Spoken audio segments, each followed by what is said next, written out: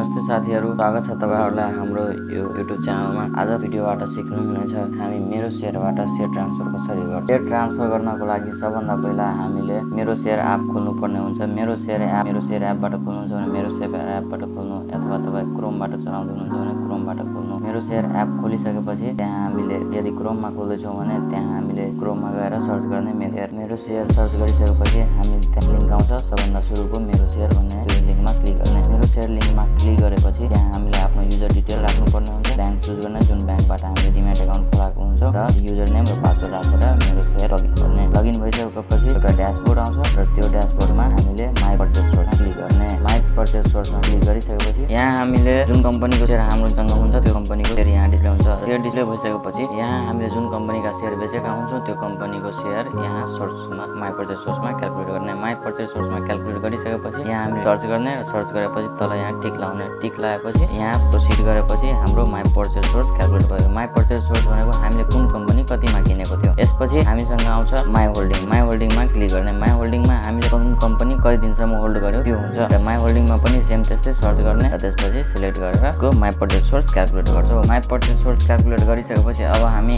My इडिएसमा click गर्छौं। My इडिएसमा click गरेपछि यहाँ हेर्नुहुन्छ ट्रान्सफर शेयर लेखेको छ। यहाँ ट्रान्सफर शेयरमा क्लिक गर्ने। अब यहाँ भ्यू डिटेलमा क्लिक गर्ने। भ्यू डिटेलमा क्लिक गरिसकेपछि यहाँ तल जुन छ टिक लाउने यसमा टिक लाउने। टिक लाएर प्रोसिड गर्ने। प्रोसिड गरेर यहाँ कन्फर्म गर्ने र हामी कन्फर्म ट्रान्सफर गरिदिन्छौं। यसपछि हाम्रो शेयर सक्सेसफुली ट्रान्सफर भइसक्यो। हाम्रो शेयर ट्रान्सफर भयो कि भएन त्यो हेर्नको लागि फेरि माई इडिएसमा क्लिक गर्ने। माई इडिएसमा क्लिक गरिसकेपछि त्यहाँ यदि शेयर टाइममा ट्रान्सफर गर्नु भएन भने फेरि तपाईहरुलाई 20% फाइन लाग्न सक्छ। मलाई पनि एकपल्ट 20% फाइन लागेको थियो। त्यसैले तपाईहरु समयमै शेयर ट्रान्सफर गर्नु होला। आशा छ यो भिडियो तपाईहरुलाई राम्रो लाग्यो होला। कस्तो लाग्यो त्यो कमेन्टमा भन्नु होला। हस्त धन्यवाद।